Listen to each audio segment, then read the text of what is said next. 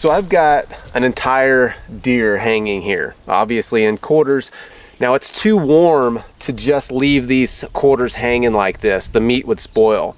And so I'm going to have to preserve this stuff. And to do that, I'm going to smoke it, and I'm going to show you how I do that to preserve meat for long term in a primitive or survival situation. Smoking meat for long-term preservation in the absence of refrigeration is a very viable method. It's just as viable today as it has been for the last thousands of years that people have been using this method. It's not a complicated thing. All you basically need is some meat, and then you need some way to contain the smoke around the meat so that it has time to penetrate, and then the slight amount of heat that you generate from the fire and the smoke to dry that meat down to a certain moisture content. To preserve meat by smoking, you don't really need any kind of significant structure. You just need something to protect the meat, hang it from, and to contain the smoke. But I wanted to build something a little bit more permanent.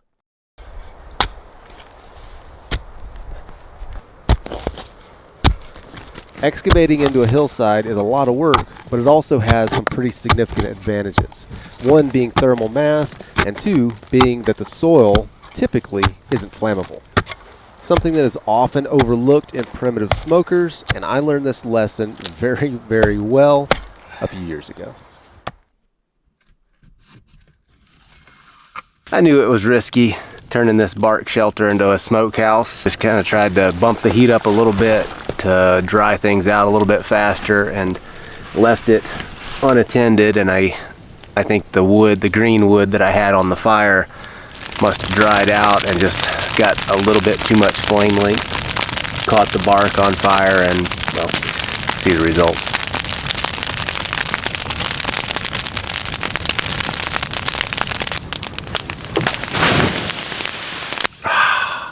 Let that be a lesson to you. The upside of this is that didn't happen when I was depending on that meat for my living. I got complacent. If this had happened on alone, would be absolutely devastating.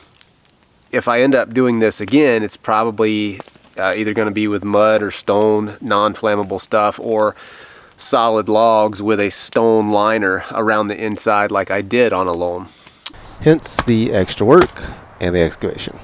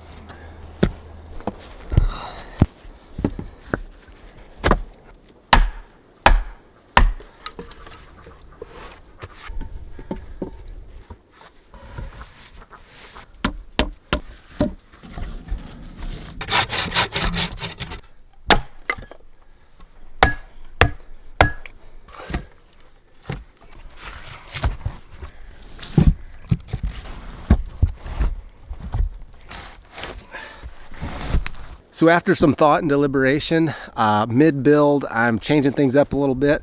I've decided to switch out the cedar bark on the roof of this thing with this brain tanned bison hide. And the reason I'm doing this is because I can kill two birds with one stone.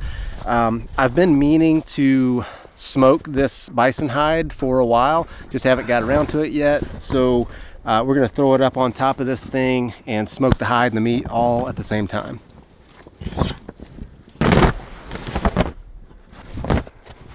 Yeah, that's gonna be perfect.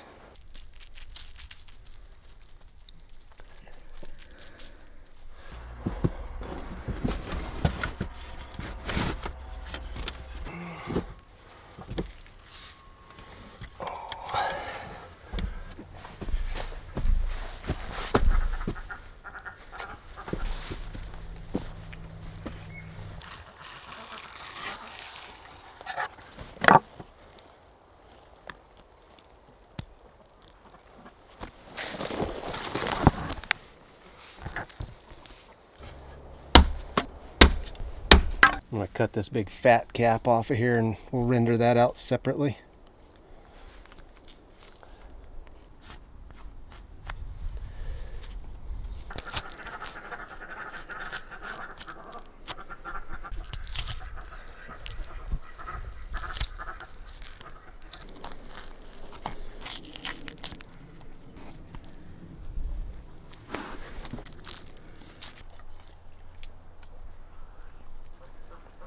When drying meat for jerky, you typically want to slice your meat about 1/4 inch or thinner. And you'll notice I'm slicing this much thicker. That's because I'm making kind of a modified version of biltong. Biltong is typically air dried, and I've shown how to do that in a previous video. But since the weather is relatively cool and the humidity is high, air drying is just not an option. So we're going to take these thick sliced pieces of meat, put a little seasoning on them, and hang them in our smoker for this modified version. Kind of a mix between American jerky and South African biltong.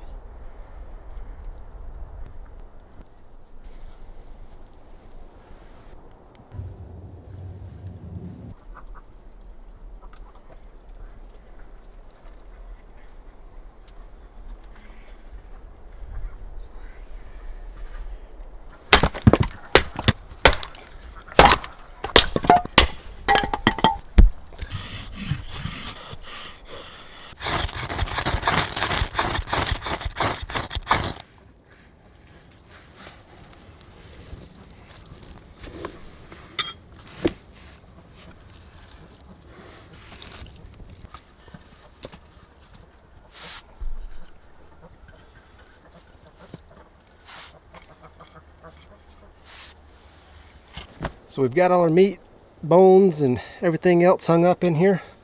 And I'm just going to use another deer hide that I'd previously tanned to kind of block off the front here. Hold some of that smoke a little better.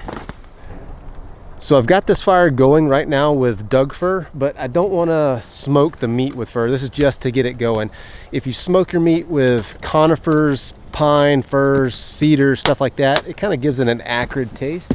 And so what I'm going to do is let this burn down to coals, and I'm going to throw some hardwoods on there, some hardwoods with a high moisture content, and that's going to give you the best smoke. Got some apple wood down here that's been sitting on the ground for quite a while. That's going to be just a ticket.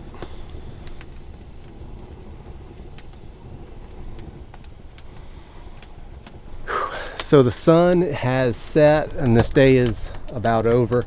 I don't think it's going to rain tonight, but it is clouded up and it may very well. So I'm going to just cover my bison hide up. I've got a canvas tarp here. I'll just throw over it. I would hate for my buffalo hide to get rained on.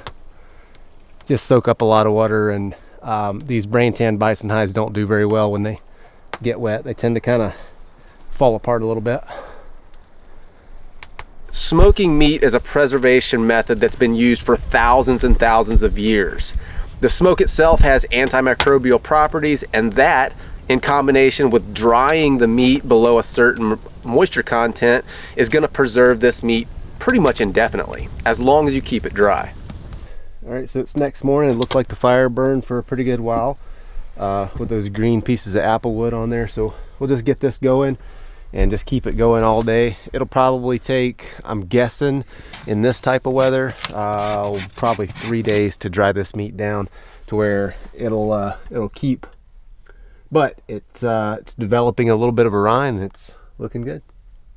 Coming along nicely.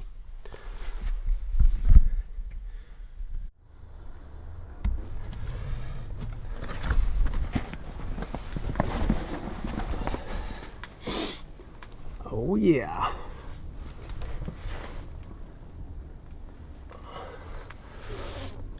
Look at that. That is beautiful. So this meat kept this fire going for I think 4 days, and this meat is pretty dry. It's not as dry as your typical jerky would be. It's more like that kind of biltong consistency where it's still got a little bit of moisture in there. But like this in this weather, this is going to keep for months. And it's very, very good. I don't know if you can pick that up or not, but I can really see a red ring around the exterior of this meat. That is the nitric oxide in the wood smoke combining with the myoglobin which is a protein in the meat, and that binds together and keeps that meat, it turns it a kind of a pink red color, and that is one of the hallmarks of good smoked meat. Some of the bigger pieces, like the back straps, are still a little bit soft, but they're going to be just fine. I'm just going to leave them hanging, and they're going to continue to dry as long as I keep them in a dry spot. So I'm going to go ahead and just take the tarp off of this. I'm going to take my bison hide down. We're going to see what kind of color it got from the smoke. I'm kind of excited about that. And then we'll take all this meat down and put it into a breathable bag so that we can hang this, so we can eat on it throughout the rest of the year, or however long it lasts. Ooh, look at that.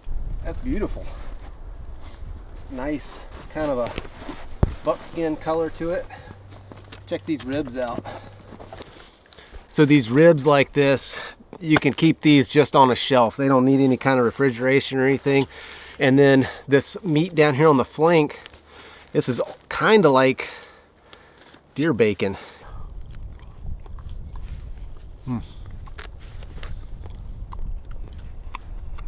That's wonderful. Nice smoky flavor.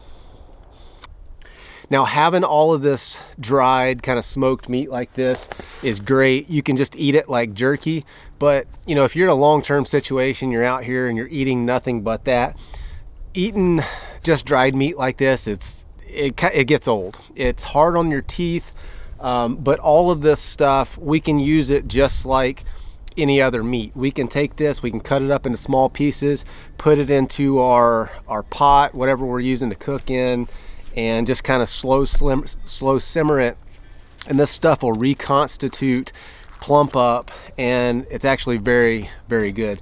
This is what, just like this, is what I ate the entire time that I was in British Columbia on alone.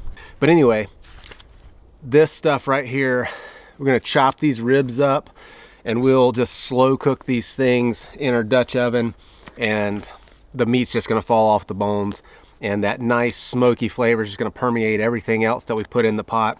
We're going to get all of the bone marrow, all the good fat and everything out of all of this meat that we've got in here.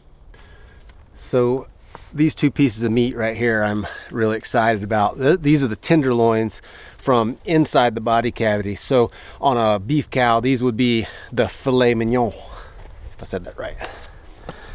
So we'll just cut into one of these and see what we've got. Look at that. That is like some high quality dry cured meat right there. Look at that. Just, man, it's awesome. Look at that. Nice and just kind of plump. That's some good stuff.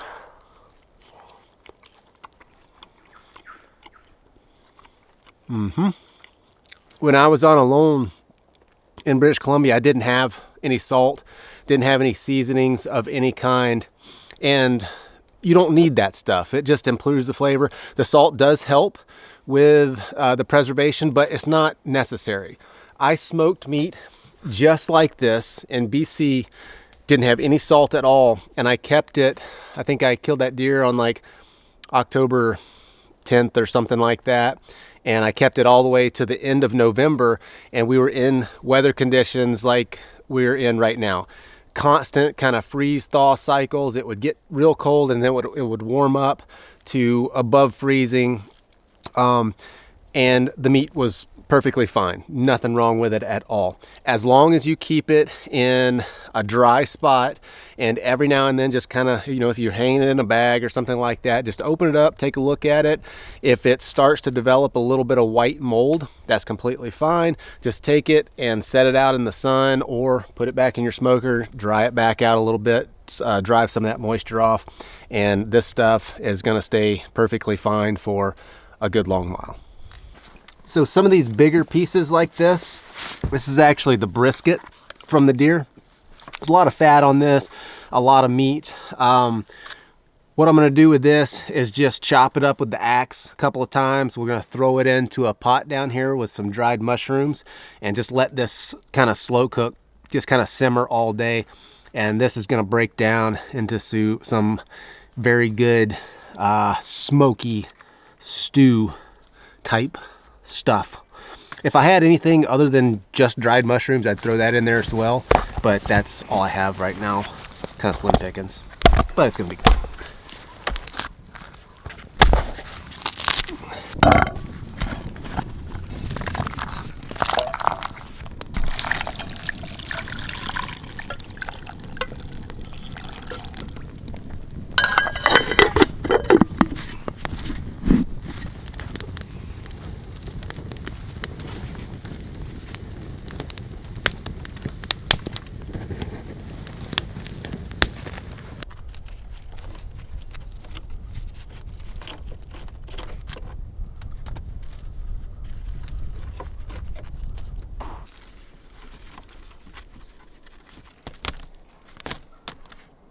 So you got big pieces like these shanks right here. Again, just hanging these in a cool, dry spot just like this is going to be just fine. I actually kept a shank like this when I was on alone in British Columbia from the time that I killed the deer, which was about middle of October, all the way until Thanksgiving, which was past the middle of November. So for over a month, this just kind of hung in my shelter from the rafters just like this, with no other type of preservation, no salt or anything. When I got ready to cook it, I just chopped it up with an axe so that I could get the bone marrow out, threw it in the pot, simmered it with some of the other things that I had, some dried mushrooms, cranberries, things like that, and it was fantastic. So I let this cook for, I don't know, probably 8 hours or so, just kind of slow, real slow cook, and it's just falling off the bone, and very good. So I did cut up a few of those pieces of just the regular, you know, the dried meat that we had cut into strips, and you can see that, I mean, it's the same. It's just literally falling off or like there's no bones, but it's falling apart, and just a very good, very smoky flavor. So on season 8 of Alone, this is what I ate pretty much every single day, was smoked deer meat, dried mushrooms. I had some cranberries that I threw in there. Sometimes I'd have something called bunchberry, and just whatever else I could find in the woods. Tell you what, when you're living in the woods and eating only what you can find, having something like this to come back to in the evenings is pretty doggone amazing. So hope y'all enjoyed that one. Stick around, we're gonna do some more things. I've got the deer hide we're gonna tan. I'm gonna brain tan this one, and who knows, we might turn it into a shirt or loincloth. Probably not that, but you know, something cool.